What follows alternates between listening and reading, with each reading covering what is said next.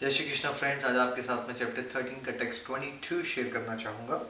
The living entity in material nature thus follows the ways of life, enjoying the three modes of nature. This is due to his association with that material nature. Thus he meets with good and evil among various species. इस प्रकार जीव प्रकृति के तीनों गुणों का भोग करता हुआ प्रकृति में ही जीवन बिताता है। यह उस प्रकृति के साथ उसकी संगति के कारण है। इस तरह उसे उत्तम तथा अधम योनियां मिलती रहती हैं। तो फ्रेंड्स, भगवान श्री कृष्ण यहाँ एक्चुअली हमें ये समझा रहे हैं कि जीवात्मा है, सोल्स हैं, हम लोग हैं, वो कभी इच्छा करते हैं तामसिक गुण वाली, कभी इच्छा करते हैं राजसिक गुण वाली, कभी इच्छाएं करते हैं सात्विक गुण वाली। और उस इच्छाओं के अनुसार हम इस शरीर को यूज करते हैं उसी तरह के फिर कर्म करने के लिए।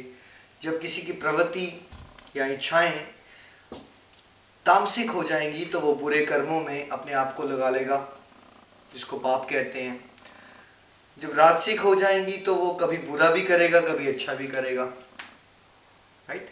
उसको ये होगा कि मुझे अपने आप को सुपीरियर बनाना है, मैं बाकी लोगों से बेटर कर पाऊँ। वो पैसे की रेस में दौड़ना शुरू कर देगा। और जब सात्विक हो जाएगी तो वो अच्छाई की तरफ बढ़ जाएगा। तो आत्मा के हाथ में ऐसा समझ लीजिए कि रिमोट कंट्रोल पड़ा है इच्छाओं का। उसमें 3 बटन लगे हुए हैं, सात्विक, राजसिक और तामसिक। जो जो बटन वो आत्मा दबाती है उसी के अनुसार जो शरीर है वो अलग अलग कर्मों में एंगेज हो जाता है। एक और बटन है जिसके बारे में रेयरली सोल्स जान पाती हैं, वो है दिव्य होने का। तो जब तक एक आत्मा दिव्य होने की इच्छा नहीं करती, भगवान की सेवा करने की स्ट्रांग इच्छा नहीं करती, तब तक वो या तो सात्विक कर्म, कभी राजसिक, कभी तामसिक कर्मों में उलझी रहेगी।